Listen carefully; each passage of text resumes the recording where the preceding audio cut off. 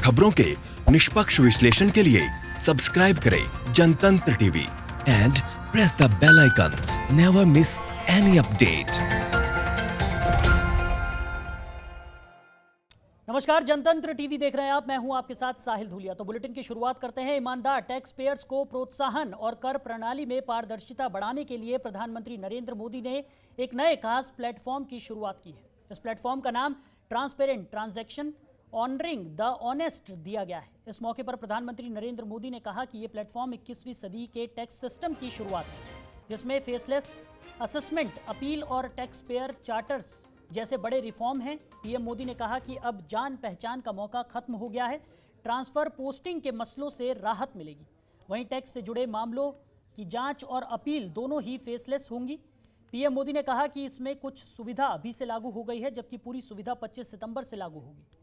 पिछले कुछ वक्त में हमने इन मसलों पर फोकस किया है। ये नई यात्रा की शुरुआत है। अब ईमानदार का सम्मान होगा। एक ईमानदार टैक्स पेयर राष्ट्र निर्माण में भूमिका निभाता है।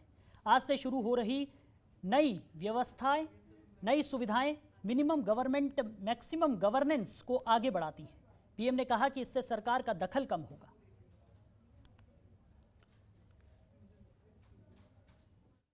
सदी के टैक्स सिस्टम की इस नई व्यवस्था का आज लोकार्पण किया गया है।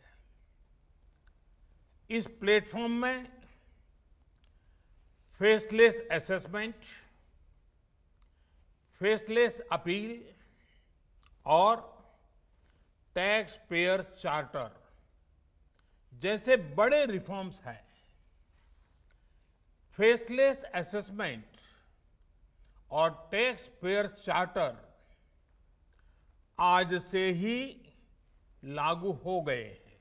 फेसलेस अपील की सुविधा 25 सितंबर यानी दीनदयाल उपाध्याय जी के जन्मदिन से पूरे देश भर में नागरिकों के लिए उपलब्ध हो जाएगी।